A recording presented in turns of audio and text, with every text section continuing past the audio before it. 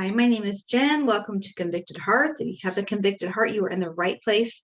Today, I'm here with a very special guest, none other than, go ahead and introduce yourself. My name, most of you haven't seen me for a while. My name is Toko, and I'm very honored to be here with Jen and supporting her channel. Yeah. Pastor Rocha, or most of you guys know Mr. Dino, formerly known as Sir Dino, Pastor Rocha. He's a good friend of mine, and our lives all kind of revolve around the same thing at different time periods and stuff. And then we all just kind of connected, and I met him. I knew of him years ago. Wasn't really into the music because of the stuff that, I mean, when you're active, stuff like that scares you, like, oh, these guys are fronting everything, and when you don't understand it, once it gets explained to you, you realize that, times change, you know what I mean? And so on and so forth. So that relationship started, of course, after that old life. And, he was doing well, and we had a lot of things in common, and kind of seek his counsel a little bit. COVID had happened, and, a lot of these channels, I got started. I actually got, if people want to hear my story, it's on Stories Written by a Current Prisoner. I did that, I think, about a year and a half ago, with Flaco from a convict's perspective, and Rojo, and all those channels. I got involved. Didn't get involved with this YouTube, but it's like everybody else. You just search things when you're sitting at home during the pandemic. And I actually found Boxer, Paradigm Media News. Shout out to them, and appreciate what they do, him and Sandman, and they're taking it to another level and stuff. It's very entertaining, but it's very raw, and it's very real and transparent. And Big Box is a few years older than me, but he comes from that school. I'm just, like I said, I'm just a few years behind him, and I wasn't involved at the level that he was, but can relate, and I read his book. And then when someone says, hey, his book is on, he's got a channel and he narrates the whole thing. And then that was very interesting. And, and it got me out of myself, you know what I mean? To know that there was something on YouTube other than, just the normal stuff that was on there, something I could relate to. And then, being stuck at home with all this uncertainty, it was an outlet, therapeutic. Yes. And then, one thing just led to another, and you start like you said, you start putting things in the comments, and you start knowing who's who and what's what. And then Flaco and I knew the same people, or were around in the same time period. And, I knew his story really well. I'm not going to get into that, but a situation happened in his life that was similar to mine, and, it affected everything at that time around me. And of course, my situation, what happened to me and my ex-fiance, was horrific. I don't wish that on my worst enemy, and that was a roller coaster ride of anger, emotions, betrayal, and made me question personally what the hell I've been doing the last 20 years. To what did it all mean for something to happen, and the way it went down and how it went down, and then how it ended up, are the things that movies and these true crime programs, they don't talk about it. The rightful reason. Yeah. I'm sure people out there know you, but just in case they don't, can you give our viewers like a little background into what you've been through? Sure. Well, obviously, I'm an ex-convict, and I've been to prison and stuff, and I've been involved, and just a brief history. I was a norteño, the funny thing is, I might look the way that I look, but I'm actually Polynesian. I'm Tongan and I'm Samoan, is where my nickname Toko comes from. And the guy that the individual that pulled me into the NUESTRARAZA, or known as structure back then in 1995, I just went by my first name, and we were talking about my heritage. And the story with that was, someone says, "Hey, homeboy's Tongan and Samoan," and someone said, "Oh, he's a Toko Uso." And this individual said, "Hey, Toko suits you, man. I mean, you're, you know what I mean?" And at the time, I was going through the process of becoming a bro or hermano, you know what I mean? Whatever it's called, Ensol now. And I mean, there's so many different variations, but I'm going back to my time in 1995. And he just says, "That's it." And it just kind of stuck. The name Toko kind of stuck. And, and that was my introduction into life after being on the street, you know what I mean? And originally from Hawaii, but I was raised down in San Jose since I was 5, up in the East Hills. So, you know what I mean? Live that life, without getting into too much of it. And then, of course, you end up going down that road. And at the time, I thought I got around all the right people, and, decided to, take some steps, and believed in the movement and believed in the betterment of the people. And the biggest thing was, you didn't have to be Mexican, the way that was brought to me. You just had to believe in the cause. Yeah. And what that means to everybody else, it all depends on when you came in the system and who was giving you your schooling. And I like to think that I had, a very good indoctrination into that. I knew exactly what I was getting into, and it all was positive. I come from nothing. I come from a neighborhood where we're the only Polynesian family in that neighborhood. You know what I mean? And there's African Americans, there's other Asians, but it was mostly Rafa that was there.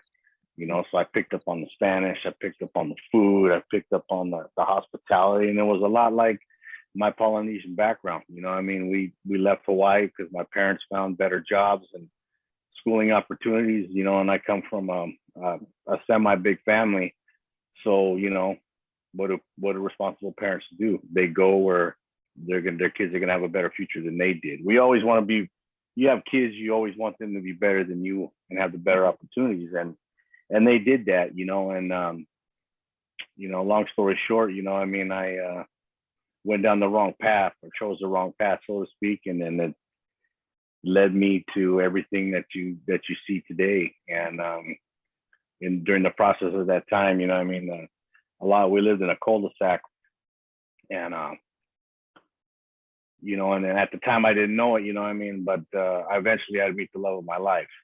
We were raised together since we were kids. She was Mexican and Native American, and she was originally from Salinas. Her family was originally from Salinas, the Natividad area. Her aunts, well, they used to live up there till about 10 years ago. So we frequent down there, and we became, we just like any other boy and girl at that time. You grow up with them, and you watch each other grow up, and you have boyfriends, girlfriends. Some people have kids and stuff like that. But she, her name was Alicia, and she stuck by me. She was like a tomboy turned homegirl turned homeboy. Just never asked any questions. I mean, you and I spoke offline about the dynamic, and it'd make people laugh, but that's just the way that it was.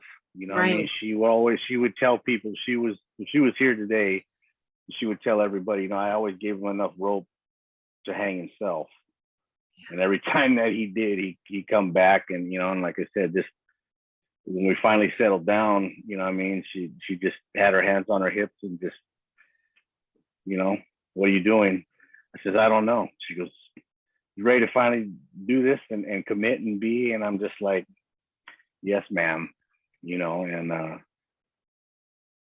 And she got wrapped up in me, and I got wrapped up in her. And after that prison term that I did, and about 3 violations, we started to get our lives together. And that's when she had basically told me, "I never asked you any questions about anything you're involved in." She goes, "I know better."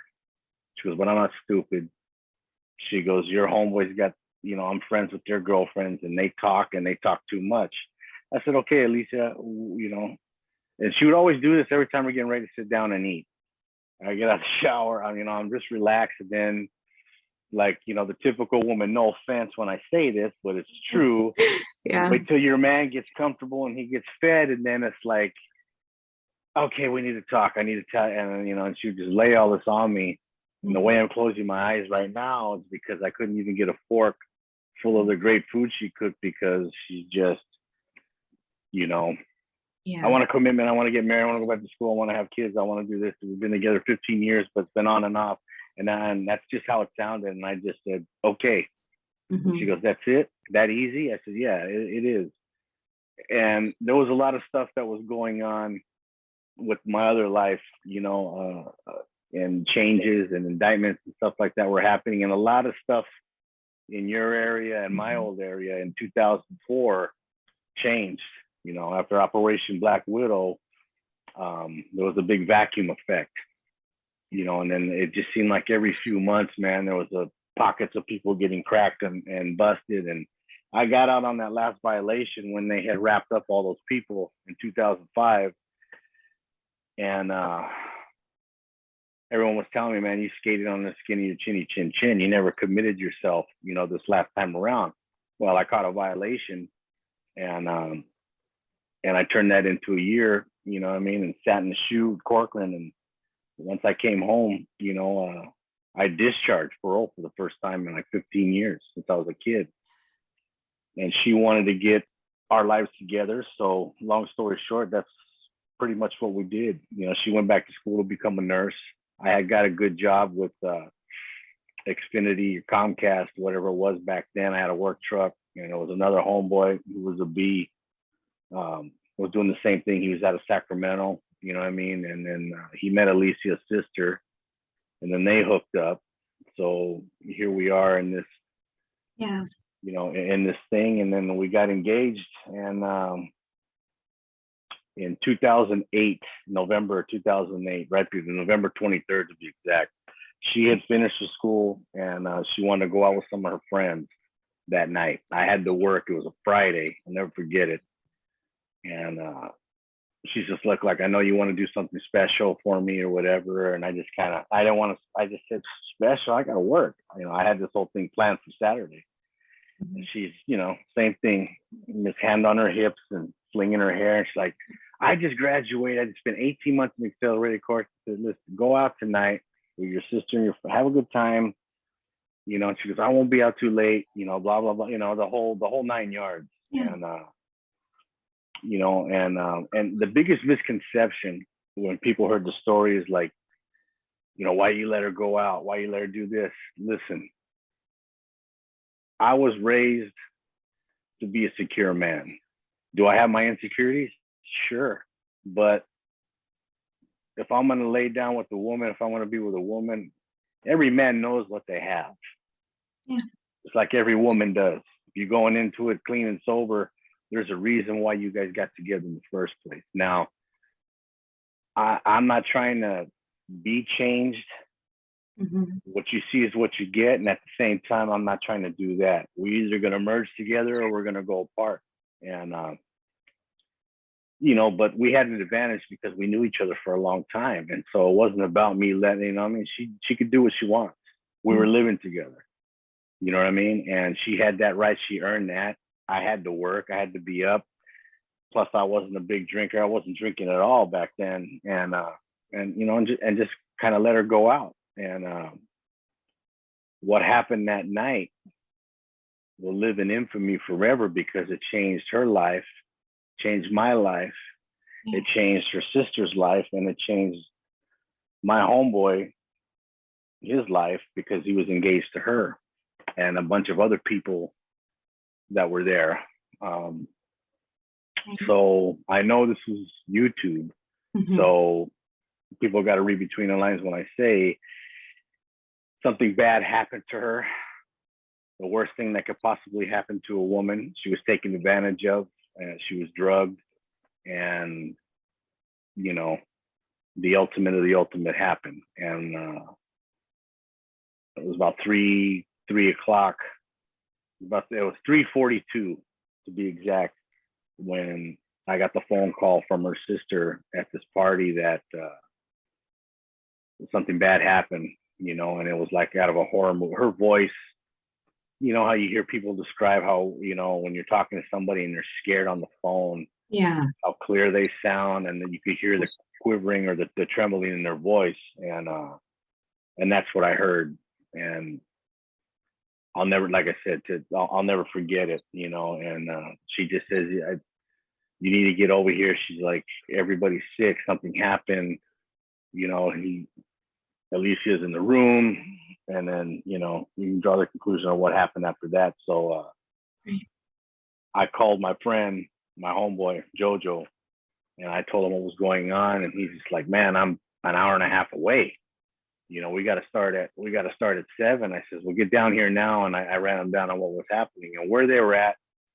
And in the house that they were at, I knew where they were at. You know, it was supposed to be an all woman, all the girls, all her friends from this college, Carrington College. I don't even know if it still existed. You know, there was a bunch of them, and then some of her other friends that were already in the medical field. You know, and but I guess in the course of that, one of the girls was actually seeing, I mean, you know, I don't want to call this person a mutual friend, but a mutual acquaintance. Okay. You know, and somebody that Alicia and some of her friends went to school, because I was a few years, I'm about 4 years older, 3 years older than her. And she had went to high school with this individual who was doing some business with the regiment out there in San Jose and certain, you know, in certain other cities. He's a money maker, and but he was also an undercover weirdo. You know, pretty boy, skinny dude. Yeah. You know, and just he would just slay all of her friends, and how he ties into the story was, like I said, you know, one of her acquaintances, one of the girls that owned the house where they were partying at, was seeing him. And so halfway through the night, he shows up with some bottles and this and that, and the girls are just, you know, hey, you know, the no boyfriends. No, I just want to say congratulations. And just like a typical predator would do, he wiggles his way in there, you know, hey, I bring a peace offering, you know, let's have drinks. Well, you know, he laced those drinks with a certain drug that back then that was popular to incapacitate women or make them, you know, like rag dolls, basically. And you know, this individual had always had his eyes on her, and you know, and the backstory with this dude was that he went to school with Alicia. They were in the same grade. And when I got out and when we got together, it was just a coincidence that he got caught up in the game. He was never really a homeboy per se. He got caught up in a melee in downtown and held his mud. And basically there was a couple other guys at the time that just said, hey man, he's a womanizer, man, but he brings in the money. And he knows how to sell. So, you know, yeah, people so can draw their own conclusions from there. Right. He was You know what I mean? basically, like, as we refer to, he was a moneymaker. Like Yeah. So he kind of got a free pass. He got a free pass, and there was a lot of stuff in his past from his juvenile time that if I knew, if the homies knew, he you know, I mean, there'd be no question. But then you know, I don't know, to this day I don't know if certain things were swept under the rug, because you know that old saying, it's, you know, I mean, as long as it doesn't happen to you and it doesn't affect you and yours. But you know, so anyway, that's what happened. That's how he was you know, brought into the fold with that. And my fiance was the girl, in her words, that got away. She's like, I seen through him since we were in 8th grade, Toko. She's like, I'm the one that got away. And I made the joke. I said, do I got to worry about, you know, I mean, what is it with is he doing? She's like, I can handle mine. Don't need to worry about that. He knows who you are and who you're with, and he's not going to say anything, you know. And I never said anything to him or any. He was always respectful and whatever. But of course, you know, I mean, when you're dealing with a weasel, Yeah. and you're the fox or you're the mountain, you know, you're the mountain lion. Of course, you know, I mean, you know, they're not going to do anything. But when Yeah. you're gone, they gonna go after your kids. Yeah. That's what Exactly. a weasel. That's what a That's what they weasel do. does. You know what I mean? They prey on the weak. And so, yeah, she was drugged, and he ended up being the culprit.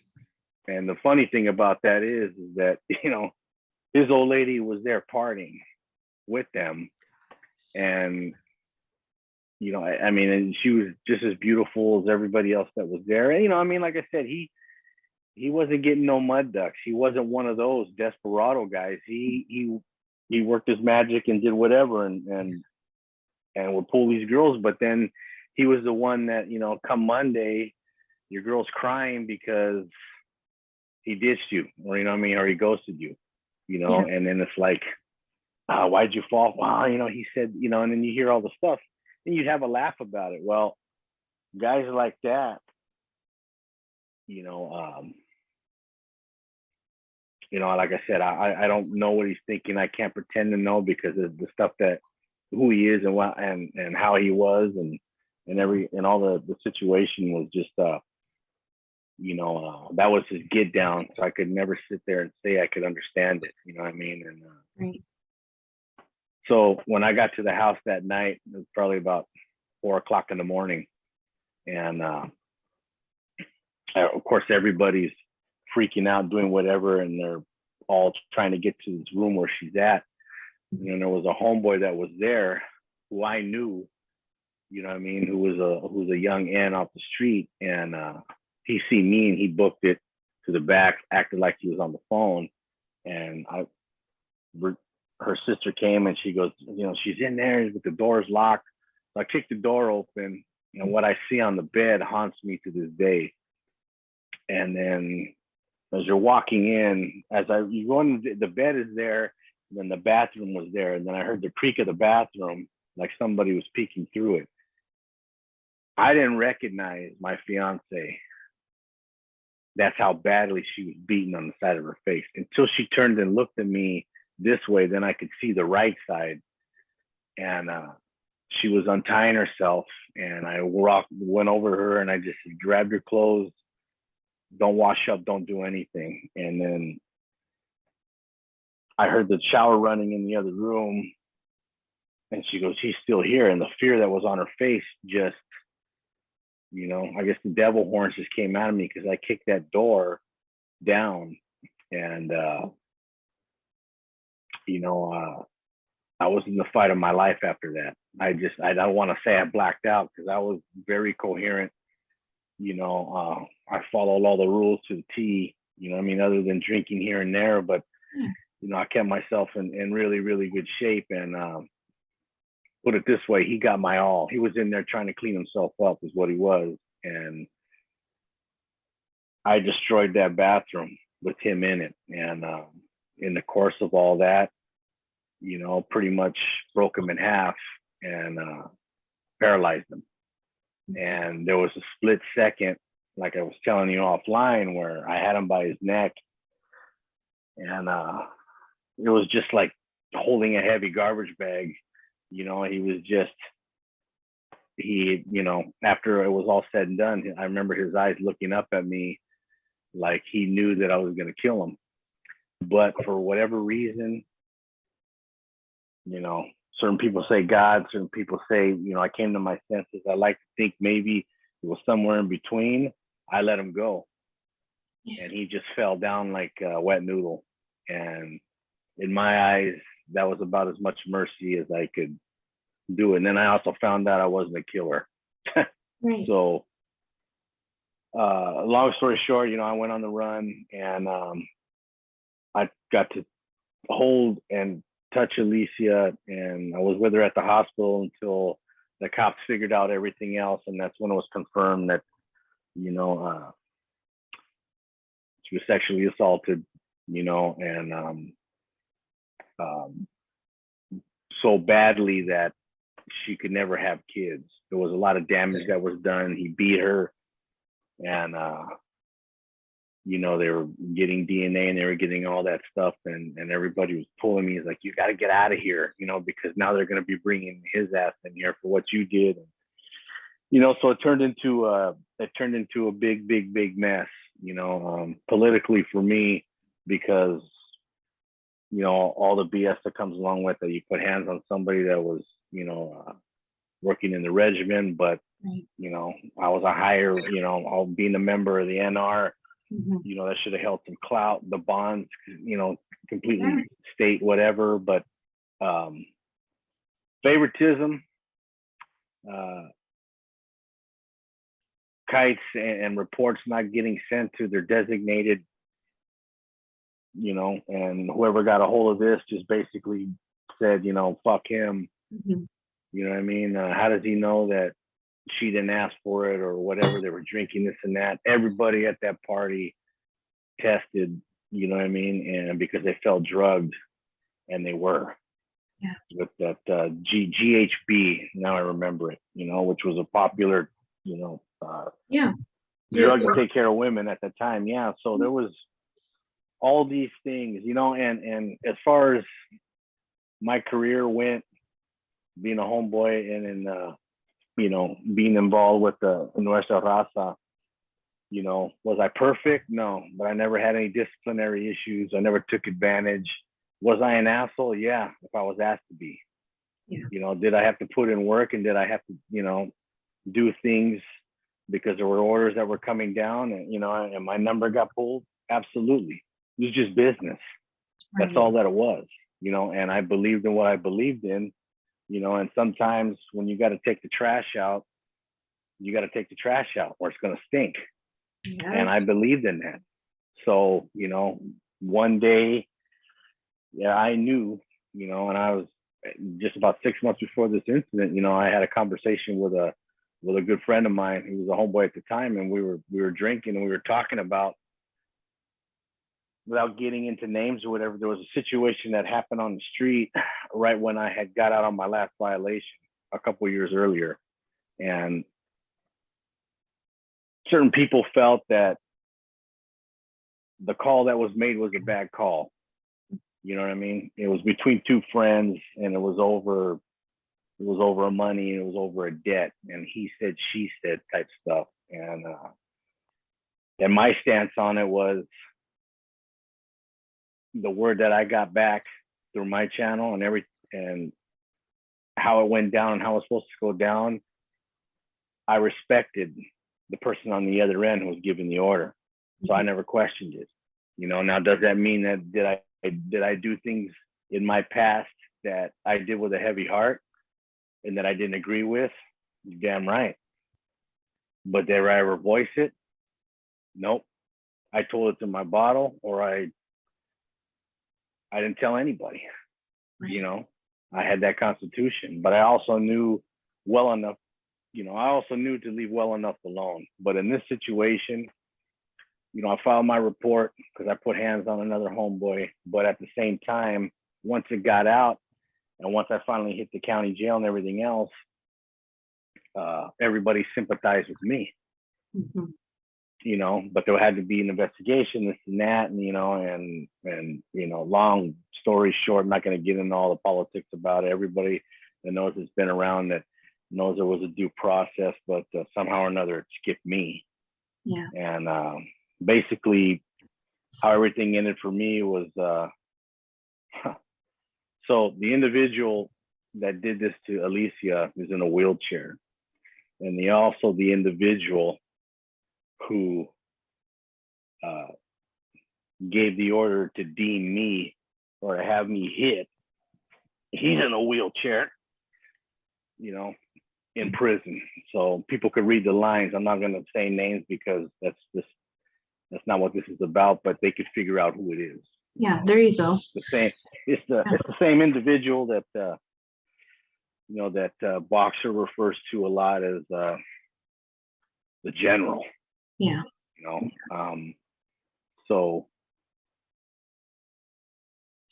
I hear you. like I said, that was a very, very tough time, and I ended up looking at a life sentence. But once everything came out, and the cops did their job, and the investigate, you know, I mean, I didn't help.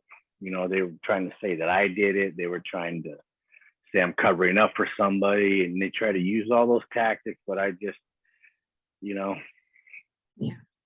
I want a lawyer. I'm not going to say nothing. You know, you guys figure out what you're going to figure out. They tried to do everything to humiliate me, but in the end, they were the ones that were just like, okay, now we know what happened, you know. And I was looking at a mayhem charge because I paralyzed somebody, and then they tried to throw gang enhancement and gun charges and all this other stuff on me. And then when they found out exactly the circumstances of why and how my victim was the perpetrator and predator in another case, and how she was my fiance, it just kind of worked itself out the way that it did. And it went from life sentence with the possibility to 15 to life to between 10 and 17 years now on the second strike.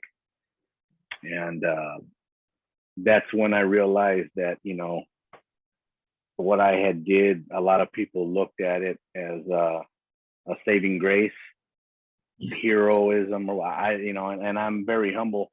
I didn't do it for the clout. I didn't do it to be an advocate for women or whatever. It just, like I said, divine intervention just had me do that. And this is how my lawyer and everybody else that was involved found out that this dude had a past.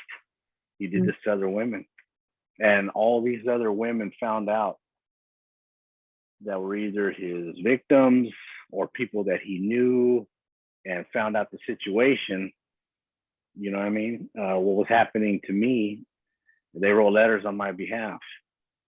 So I was for sure thinking, man, you know, I'm a validated gang member.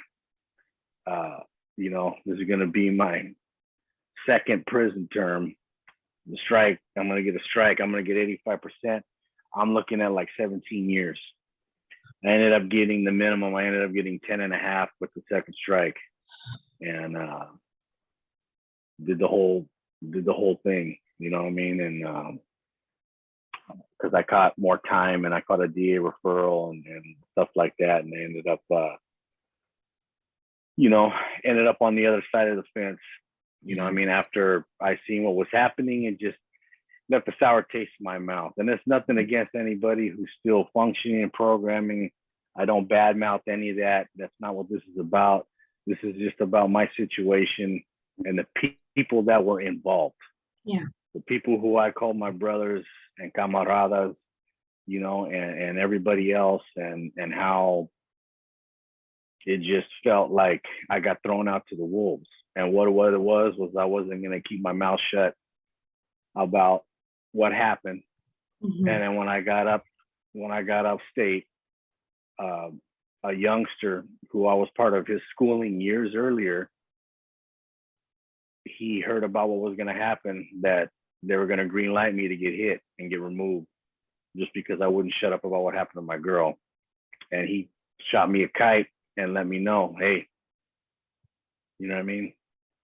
They're going to do it. They're probably going to ask me to do it. He goes, well, I'm just giving you the heads up right now so you know what's up. And so, you know, without getting into a big war story about what happened, I got to jump on it. You know what I mean?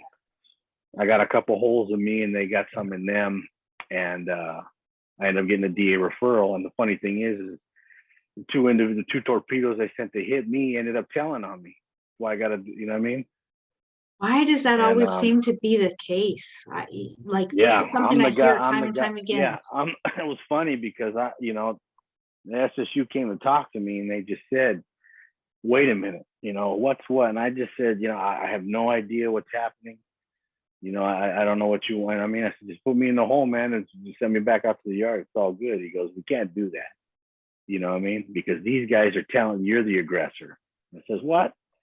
And they're still got their statements today of who they were. You know what I mean? They were both actors, and they turned around and they told on me, and so I ended up, you know, catching more time. Of course, once the circumstances came out, in the county that I was in, where I was doing my time, was a level 4 prison, and they didn't pick it up. They just added it, you know, and I got a shoe program, and then that's when I went through the changes in my mind. Like, I'm gonna sit back in here in the shoe. I'm on walk alone status. All this stuff is happening, and at that time the hunger strikes were going on, and they were getting ready to release everybody out of Pelican Bay and all the shoes.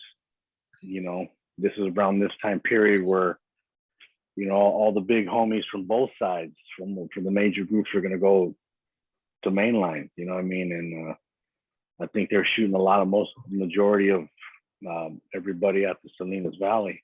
And so, you know, when that happened,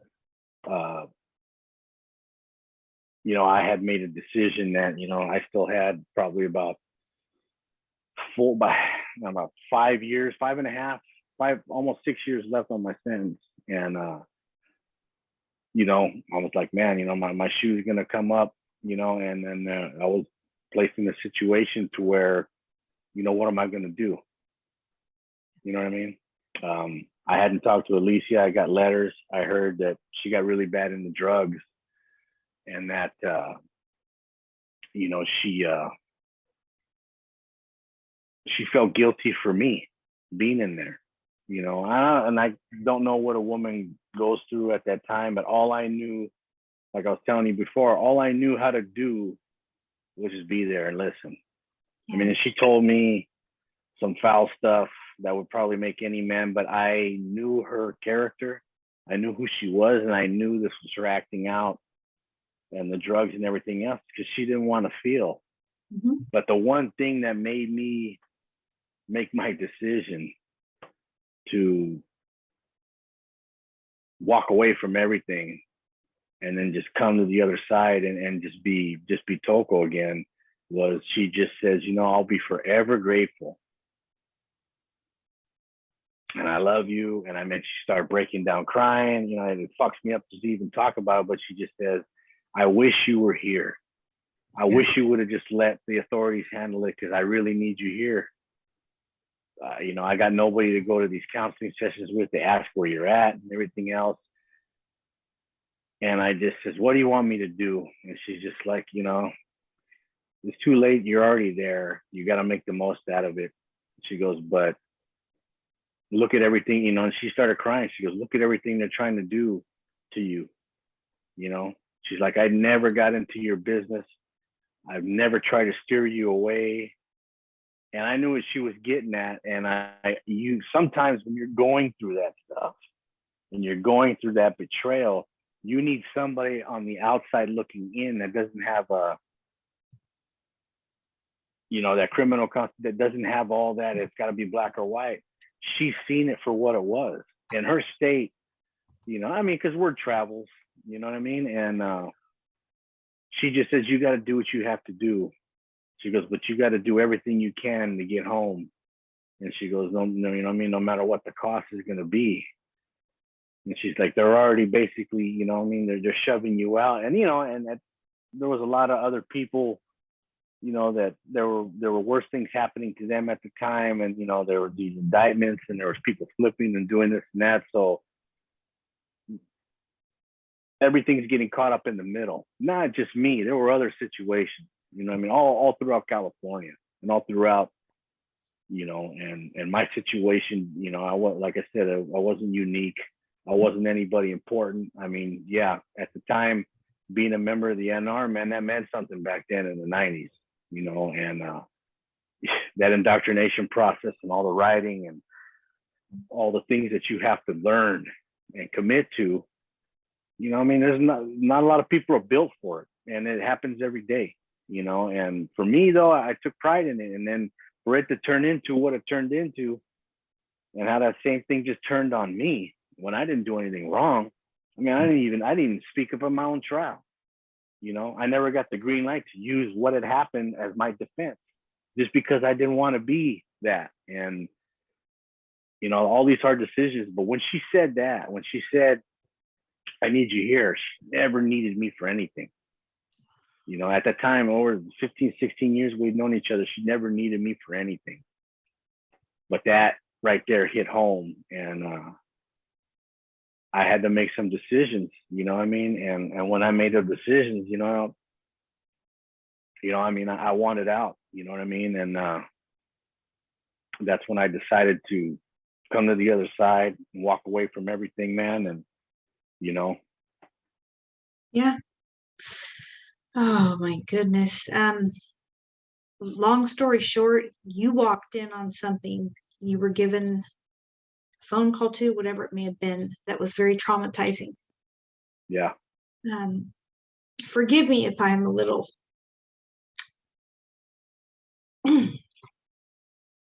sensitive to the situation, but it's very real to me.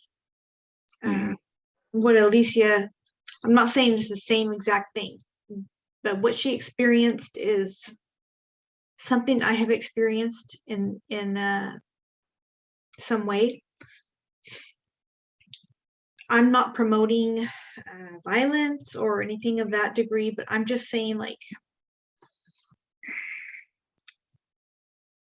the fact that you defended her honor,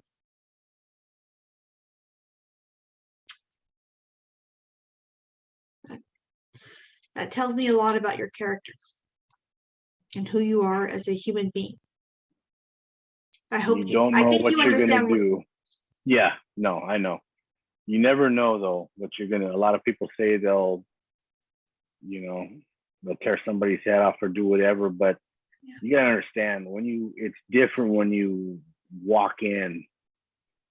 Whether you catch somebody assaulting somebody or you come in after the fact, I didn't know what I was gonna do, and that's the honest to God truth. I didn't know. All I knew was, here's a woman I'm gonna marry, and I see her in pain, and I reacted, but I was very coherent because of how I was trained and how the things I did. I'm not putting myself on a pedestal, but being a member of that movement, I've been part of removals, stabbings and stuff like that, and it changes you.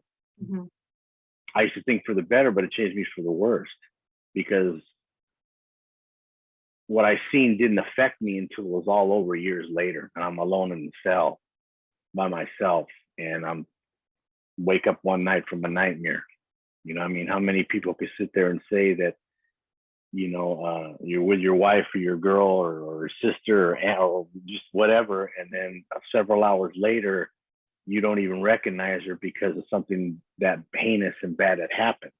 And how in the hell does stuff like that happen? How in the hell do people like this slip through the cracks? Whereas an individual like myself, man, if I wear the wrong color, man, they're on me like flies on shit. But yet our society, for whatever reason, passes these weirdo cases off as here, take a pill, go to a country club, do your time, here's a program, and they're well protected, and they continue to do that, and it gets swept under the rug, even in the media. It's more news when there's a gang shooting, or something's going on with the big organizations than it is to, hey, 3 women got assaulted at this party. Because I get it. It's not something that people can stomach a lot, man, but it happens a lot more than anybody thinks. And I had a lot of people that I didn't know that had my back through all this. Like I said, there was a bunch of women, and there was a bunch of women's groups that found out there was even, correction officers after a while would just, they read your file and they know why you're in there and they hear things. And, once all the dust had settled, people would just say, hey, you know what? It's a shame you got all this time. And then, this dude is, somewhere, in on a country club in a wheelchair, and he's going to be protected the rest of his life, and he's probably going to get on state assistance. And I mean, I laugh about it because the one thing I had to do, Jen, was when it was all said and done, I had enough weight on my shoulders and I had enough things that I felt guilty about. But to carry all that anger, you know, the one thing, you know, I did another interview and I told another woman this, who's an advocate for women's rights, you know, and she's, you know, the story caught her attention too, because she feels like a lot of other women I talk to, more men need to speak out against violence against women, because it's one thing when a woman says it, but when there's a man backing up, you know, that experienced the same thing because it happened to somebody that he loved, and I had to walk through that, you know. My biggest thing was I didn't want to get involved because I felt like it wasn't my, you know, it's part of my story, but it wasn't my pain. That I felt a different type of pain, you know, and it was caused. But, you know, a woman from a rape crisis center that I spoke at before the pandemic, she just says, but you don't understand, it's good for all these victims to hear you speak and tell your story, because you're a trustworthy man. And it might not mean nothing to you, but it means something to me and to them, that not everybody is out to do that and to victimize. And I mean, it was just really appreciative. And like I said, I just stumbled on it because the main thing I wanted to do when I came home was to be supportive towards, you know, Alicia and give her every chance there was in the book.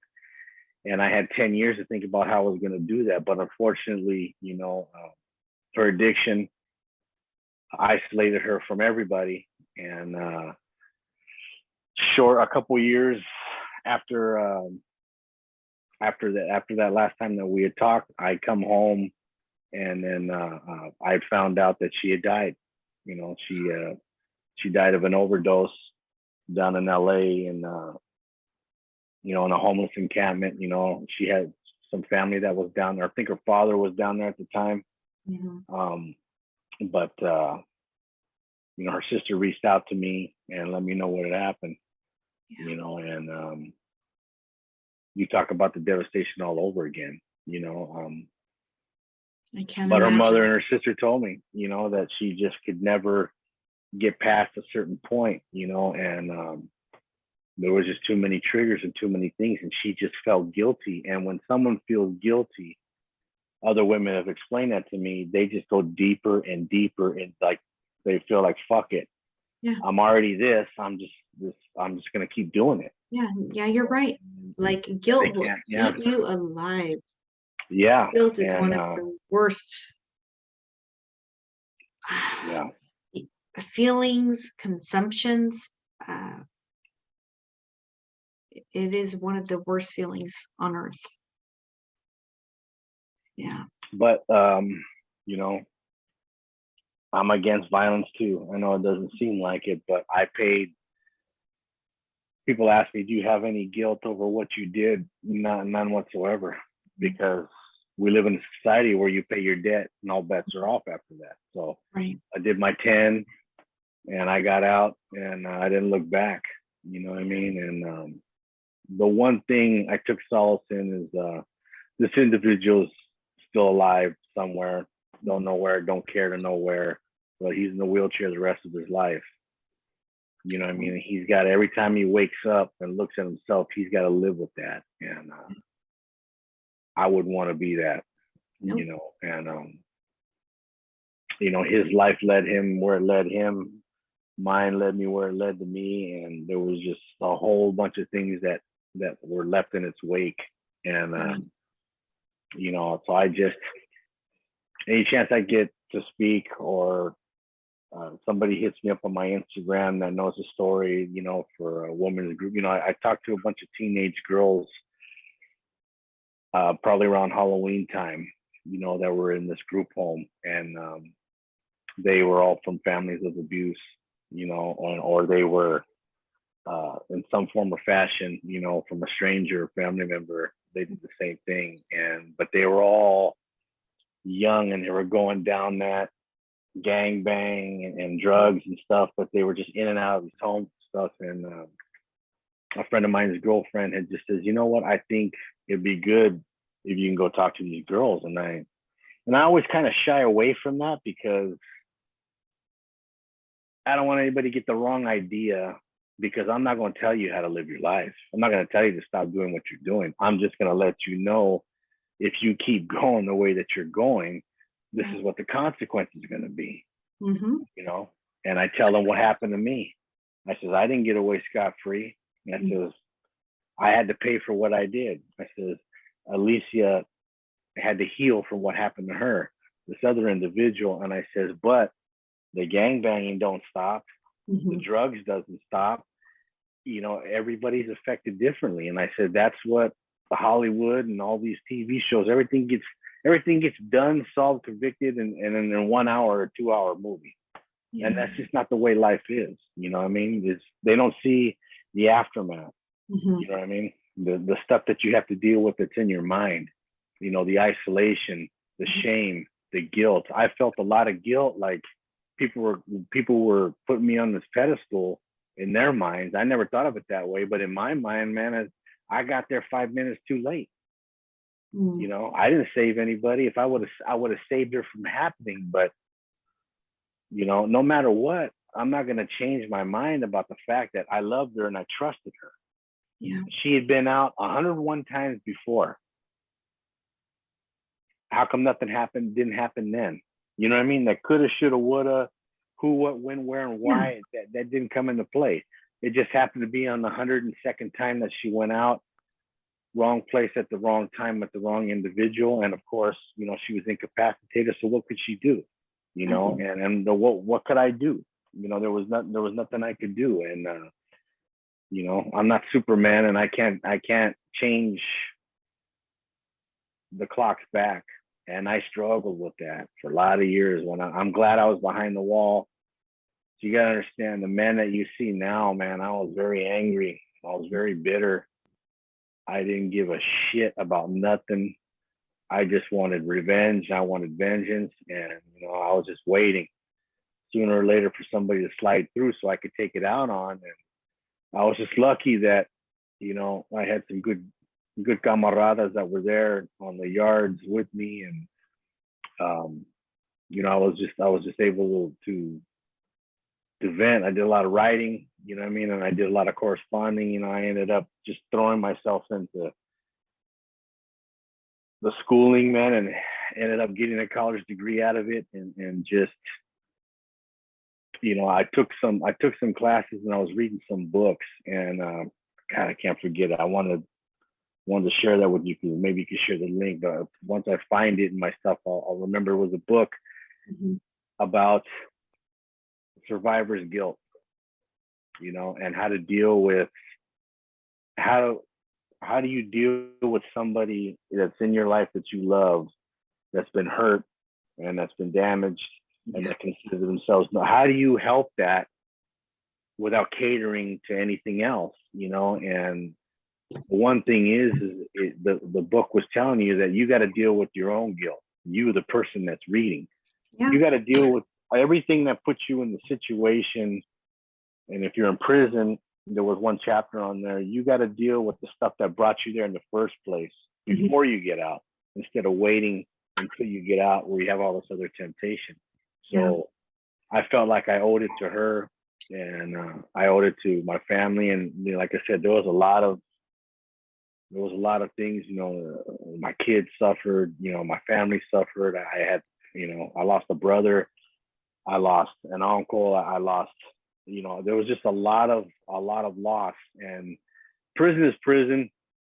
I took it on the chin, but at the same time, you know, that phone or those letters can make your heart drop, because you don't know, and you can't just jump in your car and go be there for family, or, you know, or anything else like that. So I had to get my head together when I came home, you know what I mean? And that was the only way I was able to deal with, you know, Alicia's death and not go overboard. And, you know, and like I said, I sought help, you know, I got counseling, talked to a psychiatrist just to decompress from prison Mhm. just to get all this stuff that I had on my chest that I was going to take to the grave, because I didn't want it anymore. You know, Right. and it didn't do any good. And I promised myself, you know, and I promised Alicia before she had died, you know what I mean? Way before we knew that was going to happen to her, that, you know, I'm going to do everything that I can, you know, to flip my life around, to, you know, to be a part of this, you know. And then the Me Too movement, when I was locked up, started. Yeah. And her and I would joke about that. She's like, you should be the poster child. I said, Right. yeah. You know, You know. I don't know if anyone has asked you this, but I wanted to ask you, all of this situation, like, this is devastating. Um, it touches me as a female, hearing that you stood by Alicia in the way you did, defended her the way you did, and you carry that torch still. But how do you feel as you know, as Toko? How did this situation affect you personally, your life? That's a good question. I don't think anybody's ever asked me that. It made me, obviously it's affected me, you know, in a lot of ways, to where I got a smaller circle of friends, you know. I no longer participate in those things, you know. Like I said, you know, I mean, I'm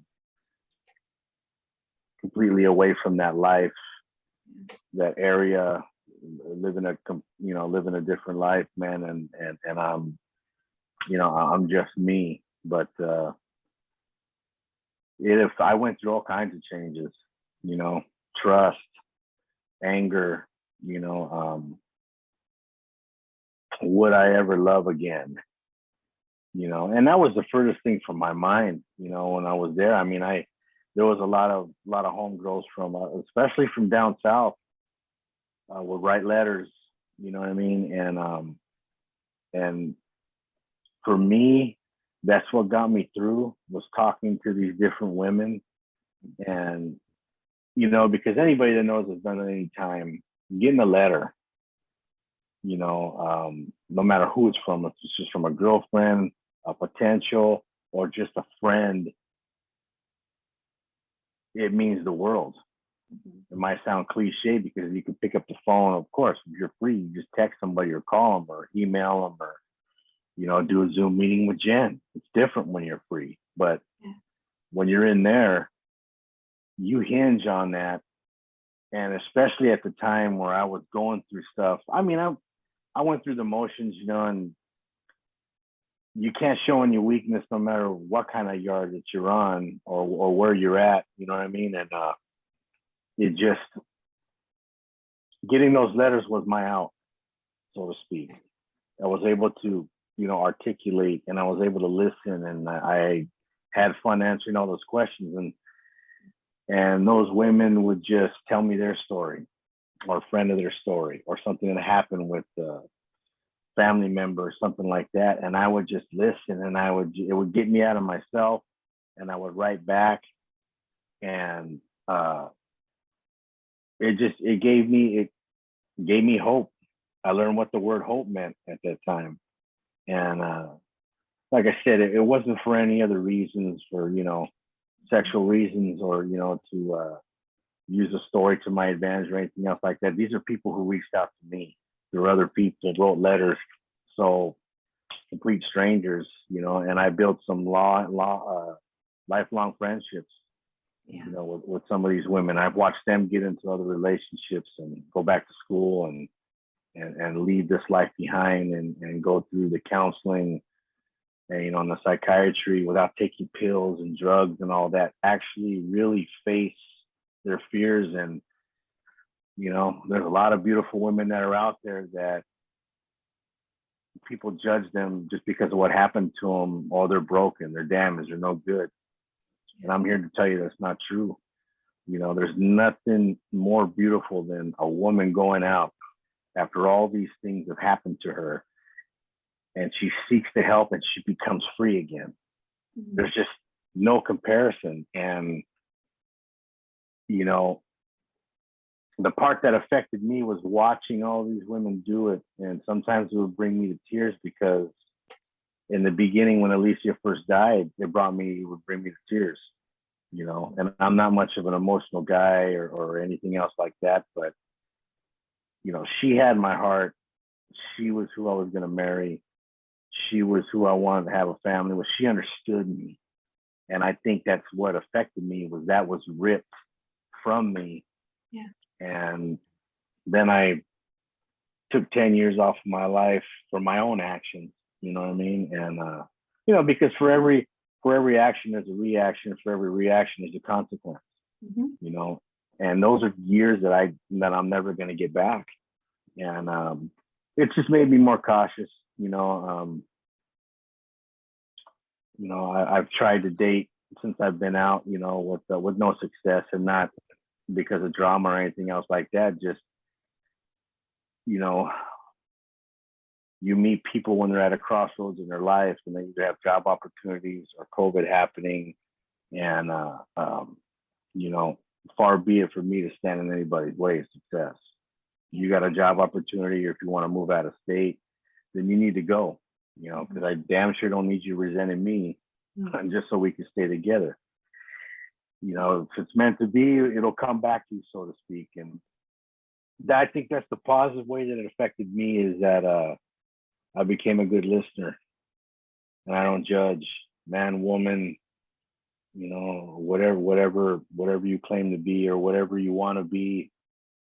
I keep a very open mind about a lot of things because I think it's important for my own mental health and for my own healing. You know, I mean, the only reason why I'm able to talk about the situation is because I've healed from it, never over it, you know, and, but, you know, there's no like longing or any more guilt or anything else like that. You know, I mean, I've had a lot of years, you know, it happened a long time. It happened years ago now, you know what I mean? And Yeah. God, man, it's going to be 15 years, you know, here this November. So it's not like it was something fresh and then I'm still going through all the motions. For one, you know, in a lot of situations, how it affected me, I didn't have a choice because I had kids, you know, I had responsibilities. And I also, getting out of prison, no matter, you know, whether you do 5 years, 10 years, 15 or 20 years, you get thrown out that gate, you're expected to become a productive member of society. Now, if I don't have the mindset for that, if I don't deal with all these things that brought me down, you know, then I'm going to fail. Right. And the system is set up for you to either succeed or for you to fail. And I wasn't going to go back to that cage, and I wasn't going to go back to that old life. So I made the decision to just, you know, keep on pushing and moving forward. And I used everything that I learned when I was active, and all the schooling and all the teachings. I still use a lot of that today, you know, professionalism, how to talk, how to speak up, how to beat people on paper instead of physically now, you know, and the education I have and the experience and things like that. Am I better than anybody else? Absolutely not. You know, do I denounce any of that, my old life or whatever? No. It was a choice that I made to get involved. It was a choice I made to get out. You know, some people don't like it, you know, good, this and that, blah, blah, blah. Hey, in the end, it is what it is. You know what I mean? And I did what I needed to do in order to better myself. And I'm a father today. I'm a brother. I'm an uncle. You know, I'm a godfather. All these good things that have happened since I've been home, it's not by mistake. No. You know, it's by me putting in the work and doing what I need to do. And when the story needs to get told, you know, like for your viewers and for somebody else, is to help. Maybe there's a couple out there that's struggling with it. Maybe you're active. Maybe something happened to you and you're afraid what the repercussions might be if you say something, you know, and people ask me that all the time, you know, what advice would you give to a woman that's, you know, that's maybe caught up and doesn't want to get her boyfriend caught up, or her brother or father or whatever, but something happened and it involved I say, it's 2022. If y'all don't fight for your own rights, then who's gonna do it? Right. Do you want to end up, a basket case, or having this eat away at you so badly to where you might not come back when you decide to? You might be too far gone out there, and you might get involved, and it just seems like the cycle never ends. And they always say, right, with addiction, with life choices, or with my family, or this person influenced. Okay, well, then that means that you got to be the one to break the cycle. You're going through it. You break the cycle, and you start a new path. And my advice to anybody that's either gone through what I went through, or better yet, if they're lady, if there's a woman out there that's ashamed, don't be ashamed, because this may sound cliche too. It wasn't your fault. You can't always know what's in another man's heart. You're not God. People can talk, have the gift of gab, say whatever they're going to do, have the best intentions. But if something's too good to be true, when it comes to that, if your intuition as a woman tells you something ain't right about this vato, about this dude, I don't get a good vibe, you're probably right. Matter of fact, you're 100% right. Okay. And go with that feeling. And if you feel that you were wrong, you feel that, no didn't mean no in a certain situation, you know what I mean? Then you need to speak up about that. A closed mouth is not going to get fed, because, and I'm giving it to you raw like this, because if I don't, situations that happen, they come with no warning. If someone wants something, I've learned a long time ago, they're going to do whatever they can, even if it's years down the line. They're going to find a weakness, they're going to exploit it, and they're going to take advantage of you. Sad but true. And I think if more people were raw and they're real about it, nobody could take away what happened. People could have their opinions and say what they would have done or what they wouldn't have done, but the bottom line is the situation happened. It destroyed a lot of lives. It took time off the clock that I'll never get back. There was a woman that I was supposed to marry that's dead behind everything that happened, and a family that's destroyed, and you're left to pick up the pieces, and the only positive that came out of this is that, it woke me up to where it starts with me. Instead of feeling guilty, and instead of feeling like, somehow or another, I didn't do enough to get her out of that situation. It could have happened a million times over the same way, and it still was going to happen. And my knee-jerk reaction just so happened to get one of these guys off the street now, and it gives something to think about. But at the same time, if you're not prepared to spend the rest of your life in prison, because vengeance is mine, say the Lord. I wasn't the Lord. I broke the law, and I was looking at all day, plus, all the repercussions of the choices that I made and stuff that I was involved in and all that. And like I said, this is all the stuff that's not sexy to talk about. Everybody wants to hear the war story, the killing, riding off into the sunset, and hey, I'm all good. I'm still good. I'm still at, well, that ain't the case. You know what I mean? And like I said, it's nothing against anybody who's active, nothing against anybody who's not. This is just my story. You know what I mean? And, like I said, and everything that came about it, everything that was left in the wake for the rest of us to sit there and deal with, man. And I think I think that's not talked about enough. People need to talk about, okay, what'd you go through, if they're ready for it at that point, and instead of talking about the situation at hand, I talk about the aftermath, what I went through, what I struggled with, all the emotions, all the feelings, everything else. That has to go somewhere, and that has to be dealt with in order for you to succeed. For some people, it's less. Some people, it's more. Some people, it takes years. the blessing was I was locked away for a lot of years, so I couldn't act out, you know. So I could, I mean, well, I could have, but I knew better, Yeah. you know, and it just forced me to deal with this. And I'm telling you, a lot of sleepless nights, a lot of tears, a lot of anger, you know, a few extra gray hairs on the chin, you know, and but at the same time, there was light at the end of the tunnel.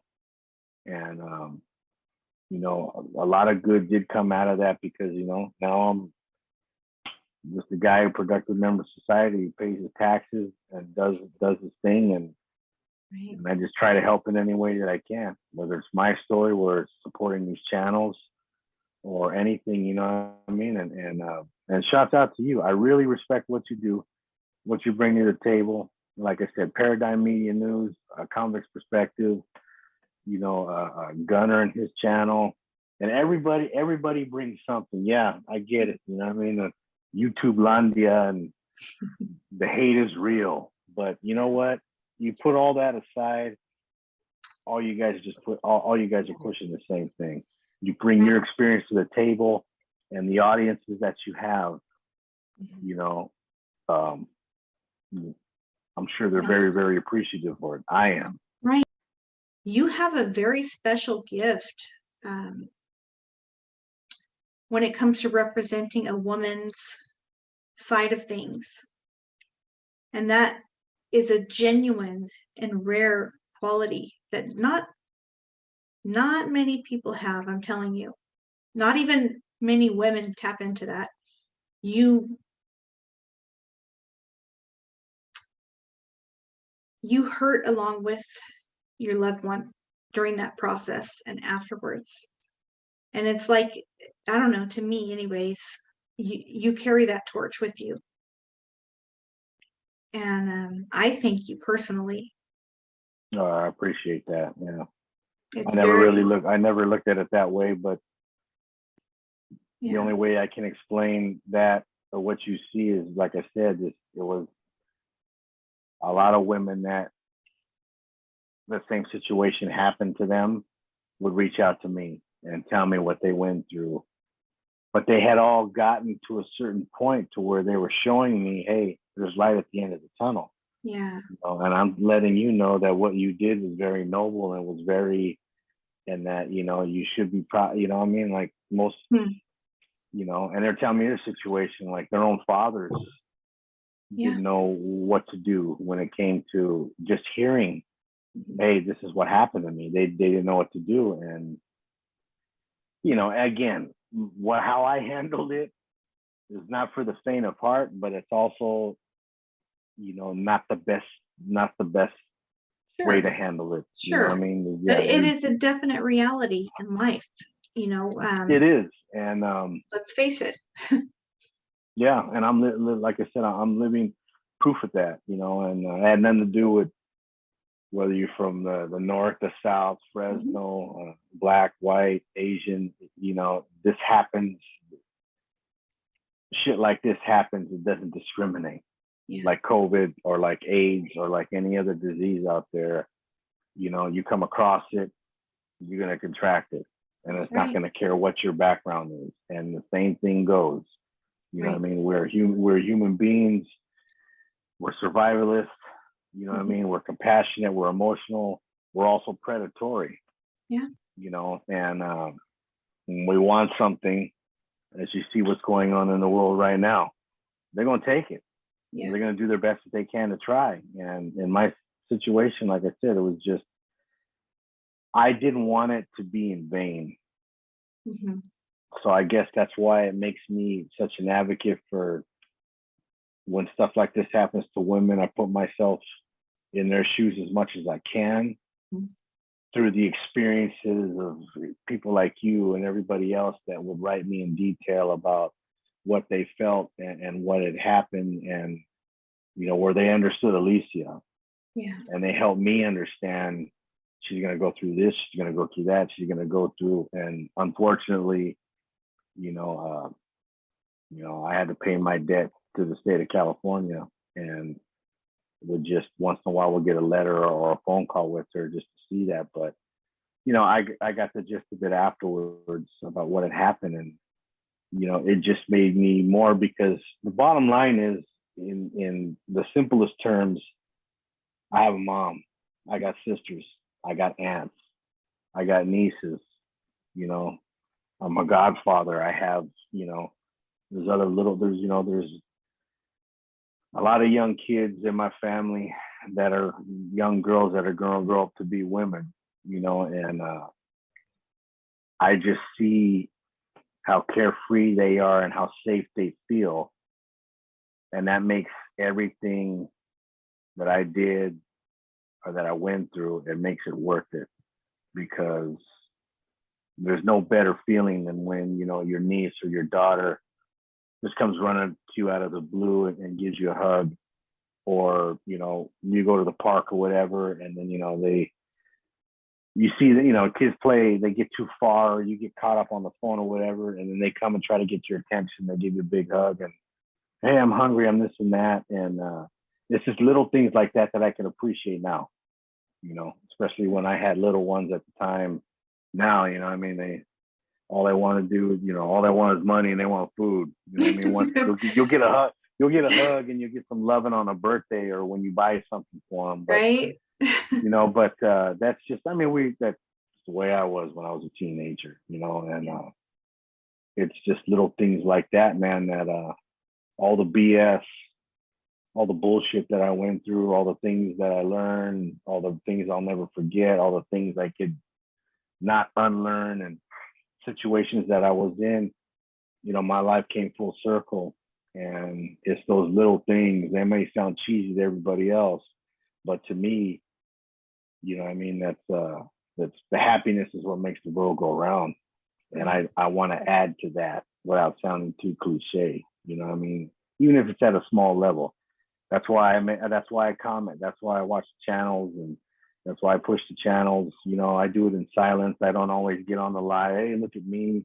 Yeah. Sometimes people give me shouts out, in the comments, or they hit me up on my IG just to say what's up. But, it's not about being in the limelight. It's not about, being the number one voice. It's just that, when I'm asked, hey, would you do this? And would you share your story? I really appreciate it. I'm going to do it. Right. And for nothing reason is just, if this touches somebody when this comes out, and you get a comment like, man, I needed to hear that, then what, I did my job. Yeah. And I just want to make sure that, it's not so much about the story or the background, it's that what had happened, and the aftermath of that, and how one has to live with that, and how you have to deal, and it's very real. There's not always a happy ending. And for me, there wasn't for Alicia and I, but the one thing I had to remember is I'm alive, and I got people that count on me. And just because I'm taking care of business doesn't always mean I'm happy. It just means that I'm mature, and this too shall pass, and you get through it, man. I have my days just like anybody else. I'm not struck wonderful. It's very real out there. Money, keeping a roof over your head, keeping food, keeping your family safe, and then taking time out for yourself, which a lot of us haven't had time to do because we're still in the midst of a pandemic. A lot of our freedoms are taken away. So you just kind of got to get creative, and you got to, okay, am I going to mope around and sit in a corner and put on all this weight and then just make my life that much more unhealthy, or am I going to get proactive? I'm going to do something. Right. And it just so happens that we're all connected through YouTube and these channels. And a lot of us, even though we might look different, we have so much in common. And that's why we relate. And that's why we're here now, tonight, so That's I thank you. I thank you as well. I'm so grateful that we crossed paths, Yeah. I feel like this is going to touch many people, not just a few, but many over time. Right. And your story touched mine as well. And that's why I wanted to get your take on it. What you went through with your loved one, Alicia, and how you're doing. And I feel like that's going to reach a lot of people. So I thank you for taking that time to share. No, no problem. I appreciate that. I'm going to sign out, but hang tight. All of you guys, thank Toko right here for sharing his story. If you have a convicted heart, you are in the right place with convicted hearts. Always keep your heart convicted. Love, Jen.